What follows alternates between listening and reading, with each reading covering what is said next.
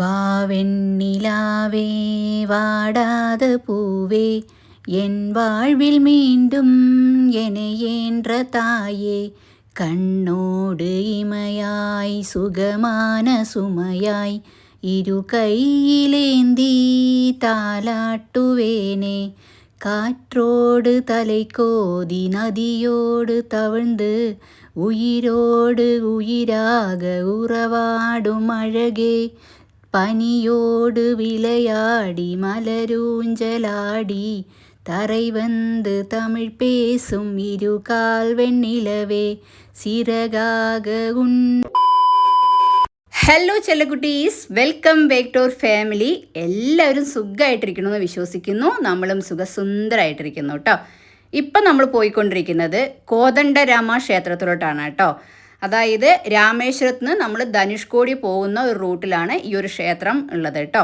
അപ്പോൾ എന്തായാലും പോവാമെന്ന് വിചാരിച്ചു.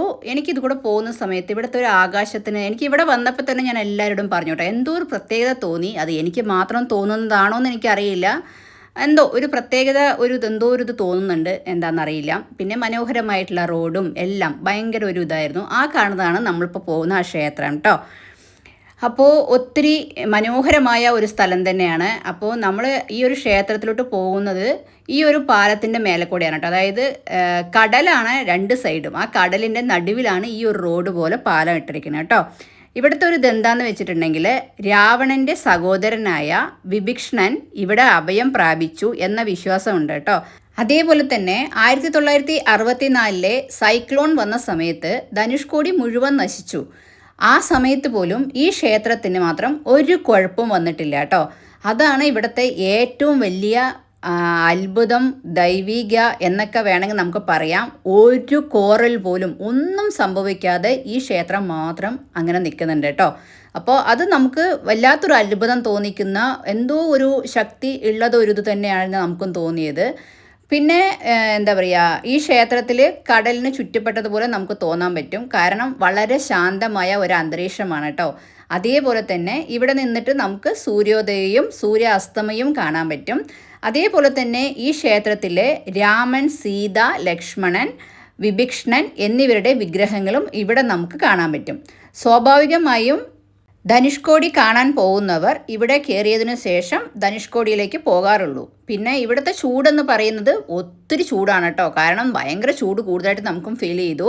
നമ്മൾ പോകുന്ന സമയത്ത് നമുക്ക് കുടിക്കാനുള്ള വെള്ളം, അതേപോലെ എന്തെങ്കിലും സ്നാക്സ് ഒക്കെ നമ്മുടെ കയ്യിലുണ്ടായിരിക്കുന്നത് വളരെ ഉപകാരമായിരിക്കും. നമ്മൾ പ്രത്യേകിച്ച് കുഞ്ഞുങ്ങളെ കൊണ്ടും വയസ്സായ ആൾക്കാരെ കൊണ്ടും പോകുന്നവർക്ക് കേട്ടോ.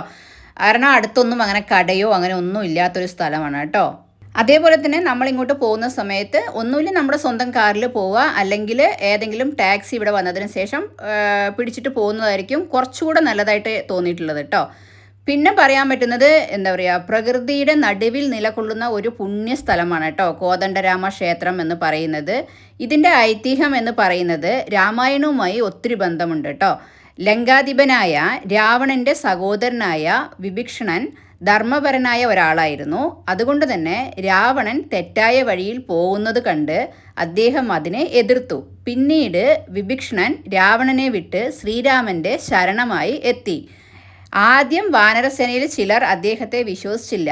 എന്നാൽ രാമൻ ശരണം തേടിയെത്തിയത് കൊണ്ട് തന്നെ രക്ഷിക്കണം എന്ന ധർമ്മം പാലിച്ച് വിഭീഷണനെ സ്വീകരിച്ചു. ഇതിൻ്റെ സമീപത്ത് തന്നെ രാമസേതു സ്ഥിതി ചെയ്യുന്നു കേട്ടോ എന്നാണ് വിശ്വസിക്കുന്നത് ഇവിടെ ആൾക്കാർ പറയുന്നതും. ലങ്കയിലേക്ക് പോകാൻ രാമൻ ഇവിടെ നിന്നാണ് യാത്ര ആരംഭിച്ചതെന്നും പറയപ്പെടുന്നുണ്ട് കേട്ടോ. ഈ ഐതിഹ്യം നമ്മളെ പഠിപ്പിക്കുന്നത് ശരണം തേടിയവരെ സംരക്ഷിക്കണം, ധർമ്മത്തിനൊപ്പം ഇരിക്കുക, സത്യവും നീതിയും ഒടുവിൽ ജയിക്കും. അതുകൊണ്ട് തന്നെ കോദണ്ഡരാമ ക്ഷേത്രം ഒരു ആരാധനാലയം മാത്രമല്ല, ധർമ്മം, വിശ്വാസം, ക്ഷമ എന്നിവരുടെ ഒരു വലിയ സന്ദേശം നൽകുന്ന ഒരു പുണ്യ സ്ഥലമായിട്ടാണ് ഈ ക്ഷേത്രം കേട്ടോ.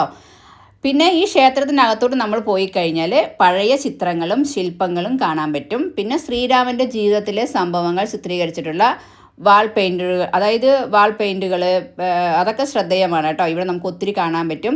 ഇവിടുത്തെ പ്രധാന പൂജ എന്ന് പറയുന്നത് ശരണഗതി പൂജ എന്നാണ് കേട്ടോ. ഇത് നമ്മുടെ ജീവിതത്തിൽ പ്രശ്നങ്ങൾ, അതായത് എന്തെങ്കിലുമൊക്കെ നമ്മുടെ ജീവിതത്തിലെ പ്രശ്നങ്ങൾ, നമുക്ക് മനസ്സിന് ഭയങ്കര പ്രയാസങ്ങളൊക്കെ ഉണ്ടെങ്കിൽ അത് മാറിക്കിട്ടും, മനസ്സിന് ശാന്തി ലഭിക്കും എന്നൊക്കെയാണ് വിശ്വാസം കൂടെ ഈ ഒരു ക്ഷേത്രത്തിനുണ്ട് കേട്ടോ. അപ്പോൾ നമ്മൾ എന്താ പറയുക, അധികം നിന്നില്ല. കാരണം എന്താണെന്ന് വെച്ചിട്ടുണ്ടെങ്കിൽ നമുക്ക് ഇവിടുന്ന് നേരെ നമ്മൾ ധനുഷ്കോടി പോവുകയാണ്. അപ്പോൾ അവിടെ പോയി കഴിയുമ്പോൾ 6 മണിക്ക് ശേഷം പിന്നെ അവിടെ ആരെയും നിർത്തത്തില്ല. അപ്പോൾ അതുകൊണ്ട് തന്നെ അതിനുള്ളിൽ നമുക്ക് അവിടെ പോയി കാണണം എന്ന് വിചാരിച്ചിട്ട് നമ്മൾ പെട്ടെന്ന് ഇറങ്ങാമെന്ന് വിചാരിച്ചു കേട്ടോ. അപ്പോൾ ഇങ്ങനെ ഒത്തിരി എന്താ പറയുക, ഒരു ഇതൊക്കെ ഉള്ള ഒത്തിരി പ്രാധാന്യമുള്ള, ഞാൻ പറഞ്ഞില്ലേ ഇവിടുത്തെ പല ക്ഷേത്രങ്ങൾക്കും രാമായണവുമായിട്ട് ഒത്തിരി ബന്ധമുള്ള ഒരു ക്ഷേത്രങ്ങളാട്ടോ. ഓരോ ക്ഷേത്രങ്ങൾക്കും രാമായണവുമായിട്ട് ഒത്തിരി ബന്ധമുണ്ട്. അത് ഞാൻ വീണ്ടും പറയുന്നു. കാരണം നമുക്ക് ചിലതൊക്കെ നമ്മൾ രാമായണം വായിച്ച ആൾക്കാർക്ക് മനസ്സിലാക്കാൻ പറ്റും. അപ്പോൾ അതൊക്കെ വെച്ച് നോക്കുന്ന സമയത്ത് ഇതിൽ ഒത്തിരി നമ്മളറിയാതെ തന്നെ നമ്മൾക്കത് വിശ്വാസം തനിയെ നമുക്ക് വരും കേട്ടോ. അപ്പോൾ അങ്ങനെയാണ്. അതേപോലെ തന്നെ എന്താ പറയുക, ഇവിടെ നമുക്ക് വന്നപ്പോൾ തോന്നിയത് ഇവിടെ എന്താ പറയുക ഒത്തിരി ഇളനീരൊക്കെ ഇങ്ങനെ വിൽക്കുന്നതായിട്ട് കേട്ടോ. അത് മാത്രമേ ഉള്ളൂ നമുക്കിവിടെ കുടിക്കാനായിട്ട്, വേറെ ഒന്നും അങ്ങനെ കിട്ടത്തില്ല കേട്ടോ. അപ്പോൾ ഒത്തിരി ഇളനീരൊക്കെ ഇങ്ങനെ വിൽക്കുന്നതായിട്ടും അങ്ങനെയൊക്കെ നമ്മൾ കണ്ടിട്ടുണ്ടായിരുന്നു. പിന്നെ എന്താ പറയുക ഒത്തിരി രാജ്യങ്ങളിൽ നിന്ന് ആൾക്കാർ വന്നിട്ടുണ്ട് കേട്ടോ ഇവിടെ. ഒത്തിരി എന്താ പറയുക നോർത്ത് ഇന്ത്യൻ, അങ്ങനെ ഒത്തിരി രാജ്യങ്ങൾ, വിവിധ രാജ്യങ്ങളിൽ നിന്നുള്ള ആൾക്കാർ ഇവിടെ എത്തിച്ചേർന്നിട്ടുണ്ട്. അപ്പോൾ രേണു ഇവർ മാത്രം ഇതാ കണ്ടോ, അങ്ങോട്ട് കയറി പോകണ ഒരു സ്റ്റെപ്പ് വഴി കണ്ടോ, പോകുന്നത് കണ്ടോ, അത് കൂടെ പോയാലാണ് നമ്മൾ. അപ്പോൾ ഞാൻ പോയില്ല, രേണുവും സഞ്ജു മീനും മാത്രം പോയിട്ട് മേലെ പോയിട്ട് അവർ വരാമെന്ന് പറഞ്ഞാൽ അങ്ങനെ അവർ മേലെ പോയി കേട്ടോ. അപ്പോൾ എന്താ പറയുക ഒത്തിരി അതായത് ഈ കടലിൻ്റെ നടുവിൽ ഇങ്ങനെ നിൽക്കുന്ന ഒരു ക്ഷേത്രം, അതും ഇത്രയും വലിയ ഒരു ഇത് വന്നിട്ടും ഈ ക്ഷേത്രം മാത്രം അങ്ങനെ നിലനിൽക്കുക എന്ന് പറഞ്ഞിട്ടുണ്ടെങ്കിൽ അതിൽ എന്തായാലും ഒരു ദൈവശക്തി ഉണ്ടല്ലേ. അപ്പോൾ അത്രയ്ക്ക് പവർഫുള്ളാണ് ഈ ഒരു ക്ഷേത്രം എന്ന് പറയുന്നത് കേട്ടോ. ഈ പ്രശ്നം നോക്കുമ്പോൾ തന്നെ നമുക്ക് മനസ്സിലാക്കാൻ പറ്റുള്ളൂ, അത്രയും പവർഫുൾ. ആ മേലെ കാണുന്നത് കണ്ടോ, ആ മേലെയാണ് നമ്മളങ്ങനെ പോയിട്ട് റൗണ്ട് അടിച്ചിട്ട് വരണം കേട്ടോ. അതിൻ്റെ അകത്താണ് ഈ ഞാൻ പറഞ്ഞ കാര്യങ്ങളെല്ലാം ഉള്ളത് കേട്ടോ. അതിന് അടുത്ത് തന്നെ ഒരു നല്ലൊരു ആൽമരമുണ്ട്. എന്താ പറയുക, നല്ല ഒരു മനോഹരമായിട്ടുള്ള ഒരു ക്ഷേത്രം തന്നെയാണ്. അപ്പോൾ നമ്മുടെ നാട്ടിൽ നിന്ന് വരുന്നവർ ആരെങ്കിലുമൊക്കെ ഉണ്ടെങ്കിൽ ഉറപ്പായിട്ടും ഇവിടെ പോയിട്ടില്ലെങ്കിൽ നമ്മുടെ ജീവിതത്തിൽ നമ്മൾ ഒരിക്കലെങ്കിലും പോകേണ്ട ഒരു ക്ഷേത്രം തന്നെയാണ് ഇത്. കണ്ടിരിക്കണം. കാരണം ഒരു നാട് മൊത്തം നശിച്ചിട്ടും ഒരു ക്ഷേത്രം മാത്രം അങ്ങനെ നിൽക്കുക എന്ന് പറയുമ്പോൾ അതൊന്ന് ചിന്തിച്ച് നോക്കൂ. നമുക്ക് ചിന്തിക്കാനുള്ളതല്ലേ ഉള്ളൂ. അത്രത്തോളം ഒരു പവർഫുൾ ആയിട്ടുള്ള ഒരു ക്ഷേത്രം തന്നെയാണ് ഈ ഒരു ക്ഷേത്രം കേട്ടോ. അതായത് ഈ ക്ഷേത്രത്തിന് 1000 വർഷത്തിലേറെ പഴക്കമുണ്ടെന്നും പറയുന്നുണ്ട്.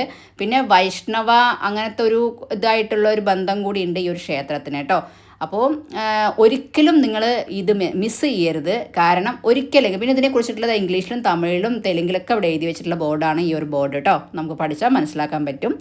അപ്പോൾ ഒരിക്കലും മിസ് ചെയ്യരുത്. അങ്ങനെ നമ്മളത് കൂടെ ചുറ്റി വീഡിയോസൊക്കെ ഞാൻ ഇവരവിടെ പോകുമ്പോഴേക്കും ഞാൻ ചുമ്മാ കുഞ്ഞിതായിട്ടുള്ള വീഡിയോസൊക്കെ എടുത്ത് നമ്മൾ അങ്ങോട്ട് ഇങ്ങനെ ഇറങ്ങി അവിടെ മൊത്തം ഇതിൻ്റെ അവിടെ ഒരു വാതിൽ പോലെ ഉണ്ട്. അതിൻ്റെ അകത്ത് ഞാൻ പോയി നോക്കിയ സമയത്ത് അവിടെ കുറേ ഇങ്ങനെ എനിക്ക് തോന്നുന്നു ഇങ്ങനെ കുറേ പഴയ ബോട്ടിലുകൾ അങ്ങനെയൊക്കെയാണ് അതിൻ്റെ ഉള്ളിൽ നമ്മൾ കണ്ടത് കേട്ടോ. നല്ല രസം ഉണ്ടാകട്ടോ. അതിൻ്റെ കൂടെയാണ് ക്യൂ നിന്നിട്ട് വേണം പോകാൻ. രേണും മീനും സഞ്ജും കൂടെ പെട്ടെന്ന് തന്നെ വരികയും ചെയ്തു കേട്ടോ. നല്ല മനോഹരമായ അത്രത്തോളം പഴക്കമുള്ള ഒരു ക്ഷേത്രം തന്നെയാണ്. ഇതാ രേണു അവരെല്ലാം അതാ തൊഴുതിട്ട് അവരിതാ വരുന്നുണ്ട്. അപ്പോൾ എന്താ പറയുക ഒത്തിരി പ്രത്യേകതകളും അല്ലെങ്കിൽ ഒത്തിരി അത്രത്തോളം ഒരു പവർഫുൾ ആയിട്ടുള്ള ഒരു ക്ഷേത്രമാണ് കോദണ്ഡരാമർ ടെമ്പിൾ കേട്ടോ. അപ്പോൾ അവിടെ പോയിട്ട് വന്നിട്ട് നമുക്ക് അവിടെ നിന്നുള്ള ഭസ്മോ കുങ്കുമോ ഒക്കെ വെച്ച് തരികയാണ്. എന്തോ ഞാൻ കോമഡി പറഞ്ഞ് ചിരിച്ചതാട്ടോ. അങ്ങനെ എല്ലാം കഴിഞ്ഞു. നമ്മളിതാ നേരെ അവിടുന്ന് ഇറങ്ങുകയാണ്. അപ്പോൾ ഒത്തിരി മനോഹരമായ ഒരു സ്ഥലമാണ്. ആരും മിസ് ചെയ്യരുത്. ഒരിക്കലെങ്കിലും പോയി വിസിറ്റ് ചെയ്യുക കേട്ടോ. അല്ലെങ്കിൽ നിങ്ങൾ ഒത്തിരി മിസ് ചെയ്യും. അപ്പോൾ ഒരിക്കലും മിസ് ചെയ്യാതിരിക്കാൻ നിങ്ങൾ ഒരിക്കലും കൂടെ പോവുക. അല്ലാതെ പ്രത്യേകിച്ച് വേറെ ഇതൊന്നുമില്ല. ഇപ്പോൾ ഇനി ഇവിടെ നമ്മൾ നേരെ പോകുന്നത് ധനുഷ്കോടിയിലോട്ടാണ് കേട്ടോ. അത് നമുക്ക് അടുത്ത വീഡിയോയിൽ കാണാൻ പറ്റും.